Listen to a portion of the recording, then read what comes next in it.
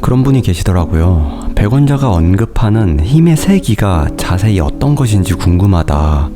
엘리어트 파동이론을 배우면서 백원자가 파동 체크하는 게 신기하게 카운팅하더라 이러시는데, 제가 힘의 세기를 언급할 때 패턴이 가진 고유한 성질 이렇게도 표현을 해요.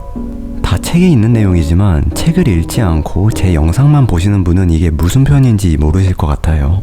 그래서 한 번은 언급을 드려야 되지 않을까 싶어서 오늘 한번 제대로 파볼까 하는데, 이 개념을 알면 엘리어트 파동이 더 이상 후행성 지표가 아니라는 거에 공감을 하실 겁니다. 이것만 알아도 파동이 연장일지 절단일지 미리 파악할 때 굉장히 도움이 될 거고, 분석이 틀렸을 때 대응하는 스킬도 엄청나게 상승할 거라고 봅니다. 기본적으로 삼각수렴을 제외하고 엘리어트 파동상에서 조정 파동으로 나올 수 있는 패턴의 가지수는 총 19가지입니다. 이걸 전부 다 이렇게 나열해 볼게요.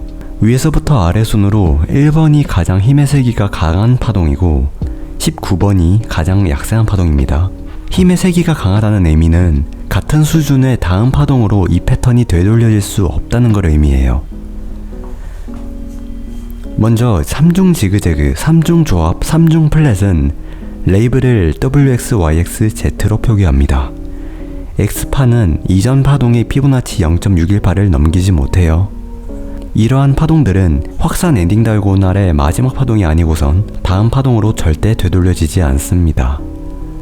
다음으로 이중 조합, 이중 플랫, 이 친구들은 레이블을 WX, Y로 표기합니다. 얘네들도 일반적으로는 다음 파동에서 되돌려지지 않아요. 만약 이러한 패턴이 임펄스의 1파동 이후 2파동에서 관찰되면 그 파동은 이중 조합이나 이중 플랫으로만 끝난 것이 절대 아닐 겁니다. 다음 파동에서 3파가 임펄스로 나오며 2파동을 완전히 되돌릴 텐데, 만약 그런 일이 발생하면 파동이 가진 힘의 세기를 무시하는 거겠죠. 때문에 이중 조합 같은 패턴이 나오면 이것은 플랫의 A파가 되거나 삼각수렴의 A파가 시작됐다고 가능성을 열어둬야 됩니다. 특히 플랫의 A파라면 B파동은 미달형으로 나올 가능성이 커요.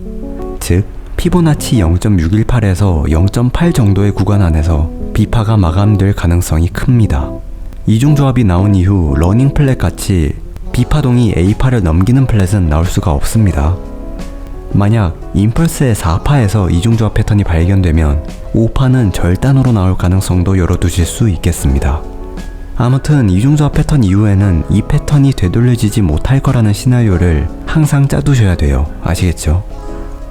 그리고 7번부터 11번까지는 거의 중립에 가까운 패턴이에요. 따라서 조정 파동 하나만 보고서 이게 되돌려질지 특정하기에는 어려움이 있습니다. 제가 항상 말씀드리는 것 중 하나가 파동이 규칙적인 것만 나오면 시장이 어려워진다는 게 이런 의미예요. 앞서 말한 복합조정이란 이후 말할 불규칙 파동들, 이런 것들이 등장해 주어야 시장의 세력을 읽을 수가 있다는 겁니다. 어느 쪽으로 힘이 강세한지를 파악하는데 굉장히 도움이 돼요. 자, 계속 이어서 12번 미달형 파동 C인데 C failure flat이라고도 하는 패턴입니다. 이 패턴부터는 시장이 약세하다는 의미로 다음 파동에서 이 조정 패턴은 완전히 되돌려질 겁니다. 12번과 13번 같은 경우에 만약 이 패턴이 임펄스 2파에서 형성된다면 3파동은 피보나치 1.618 이내 정도를 찍는 게 일반적이에요. 그 다음은 이중 조정, 레이블은 WX, Y로 표기합니다. 여기서 사람들이 착각할 수도 있는데 WX, Y라고 하면 이중 조합이랑 이중 조정이랑 무슨 차이인가요? 하실 수도 있어요. 이중 조합은 X파가 0.618 이하일 때가 이중 조합입니다. 0.618 이상, 1.618 이하일 경우 이중 조정으로 분류합니다. X파가 1.618 이상이 되면 이중 강세 조정으로 분류됩니다.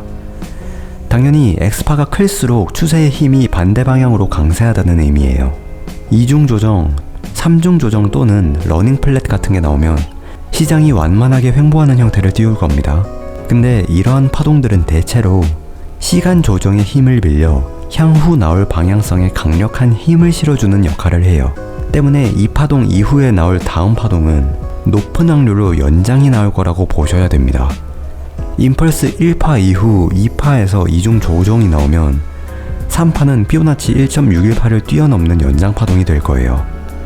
4파에서 나오면 5파가 연장이 될 거고요. 이후에 나오는 2중 강세 조정, 3중 강세 조정 같은 패턴들은 추세 방향이 너무 강력해서 조정 패턴이 이전 파동을 되돌리지 못하는 형태로 왜곡되는 파동을 그립니다. 이런 식으로요.